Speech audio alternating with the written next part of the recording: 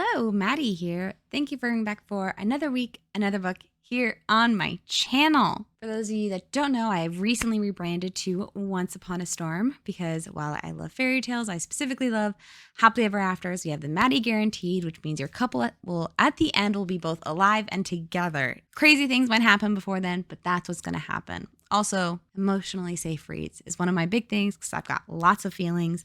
And so just being aware of the things that I'm reading, the things that I'm taking into my mind and my heart, I'm very aware of. So we're all about those emotionally safe reads here on this channel. This week, we are talking about Didn't See That Coming by Jesse Sutanto. Sutanto? I'm probably saying that wrong. We're not going to do the Maddie thing that forgets to read the synopsis on camera. We're not going to do it. We're going to remember this time. So before we go into my thoughts on this book, let's read the synopsis. 17-year-old Kiki Sirigar is a fabulous gamer girl with confidence to spare. She can't help but be totally herself, except when she's online. Her secret? She plays anonymously as a guy to avoid harassment from male players. Even her online best friend, a cinnamon roll of a teen boy who plays under the surname Sour Dog, doesn't know her true identity, which is fine because Kiki doesn't know his real name either.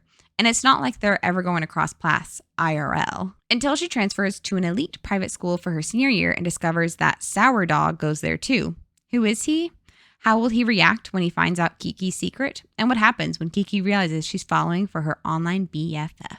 Do we have any guess as to why Maddie would love this book? I'll hold for your answers.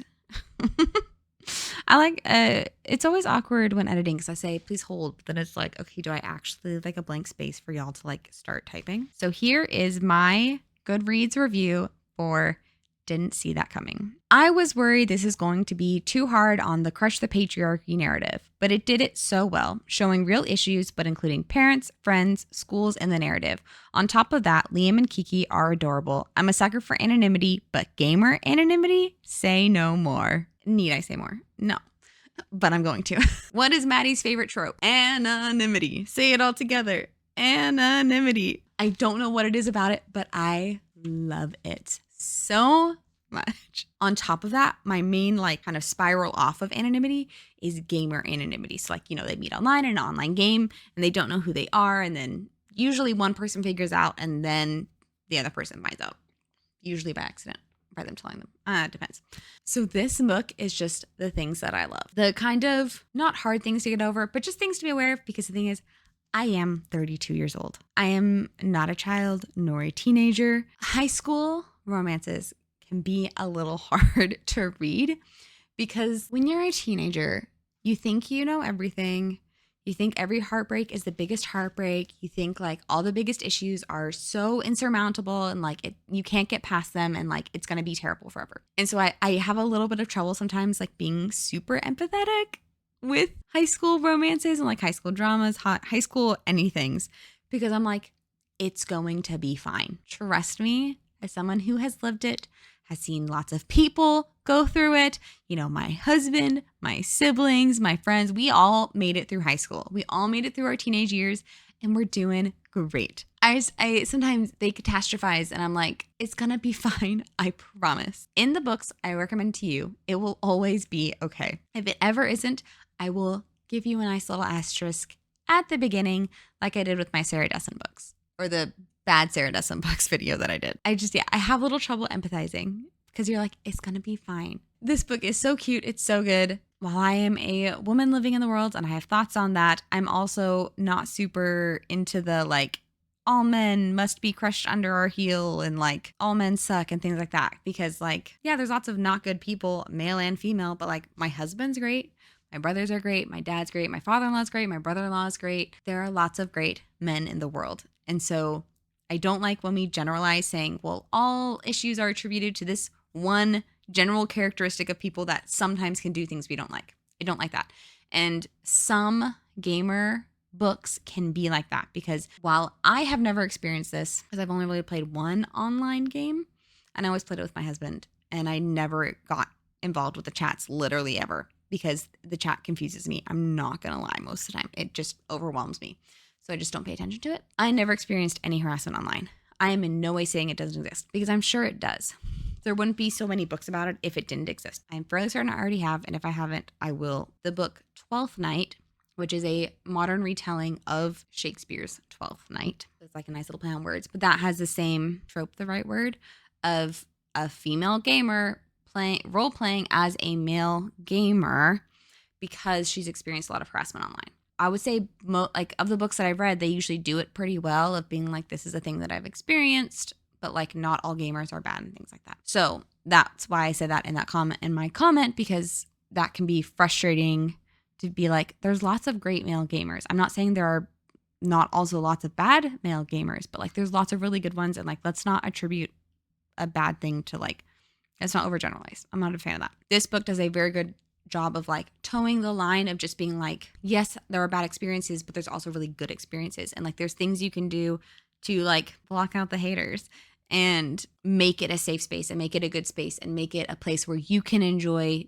this hobby that you enjoy, because gaming is so much fun, but you very much want to make it a space where you can be yourself and enjoy it and be surrounded by people that are also going to make it a good time. And I think that even just lends itself to, like I said, I've only played one online game, but I loved gaming because when I very first got into the game, there was another gamer couple that actually is the girls one that introduced me to it, but she played it with her husband.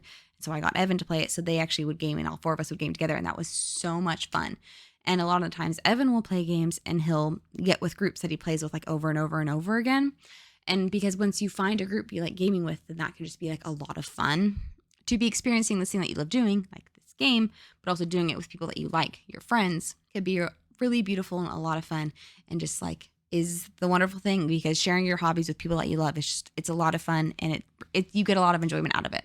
And so that for me, that's kind of what feels like the whole point is making a space for yourself and the hobbies that you love, because there's lots of hobbies and they also like, even though it's like, yes, we're gamers, like that means a million different things because there are so many different types of games. There's so many different ways of playing, it's all different. And I think about like, I love sewing, but it's like, there's lots of people that do it lots of different ways. Some people are doing like high fashion. Some people are doing cosplay. Some people are doing historical fashion. Like it just depends on the person and what they like doing, but that doesn't make any version of sewing wrong. It just makes them all different. And being aware of like, and finding your communities is awesome. And that's great. And that's how to kind of carve out your space within your hobbies. And so that was like not the point of this book, but this is what happens in my videos. If you have not watched my videos, is literally, I kind of just get a thought in my head and then we run with that thought, because these books are only marginally book reviews, because we got our happy ever afters, like we get our couples together, and that's what's going to happen in the books that I recommend.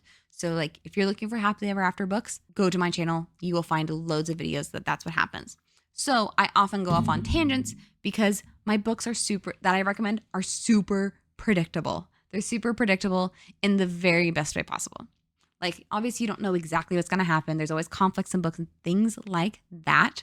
Like, you don't know exactly how she finds out who he is. You don't know exactly how he finds out who she is. You don't know exactly how it all works itself out. So you need to read the book to find those things out. But like, you know how it ends and it's going to be okay. So I often go off on tangents. Today, that tangent is love your hobbies, find your own space within those hobbies, and make it good and healthy and awesome and wonderful, because that's what makes all those hobbies like really great. I hope you'll read this book. I hope you'll check it out. Please like, comment, share, and subscribe. I always want to hear what you guys think about the books that I talk about. If there's any books you wish I would talk about and you want me to talk about, if I haven't read it, but it looks like something I would read, I will 100% take y'all suggestions. I've done it in the past. I will totally do it again. I want to hear from y'all. I want to hear what y'all would like to hear about. I want to hear maybe how y'all can relate to this, how this applies to you, maybe what your hobbies are and how you've carved out your own space. I'd love to hear all about that. So if you guys would do that, that would be amazing. The goal is still 100 subscribers for the year. We'll have a nice little party with a cake and everything if we can hit that goal by the end of the year. If we don't, we will still keep trucking along, but that's still a goal and I still have hope that will happen. I hope you've enjoyed this video. If you like this video, I have loads of other videos on my channel. And yeah, so thank you for being here. Thank you for listening to me. And with all of that, I hope you have a great rest of your day. I hope you have a great night, great week, great weekend, great month, great year. I hope you have all the greats because you're truly worthy and deserving of them. So until next time, 再见. Bye.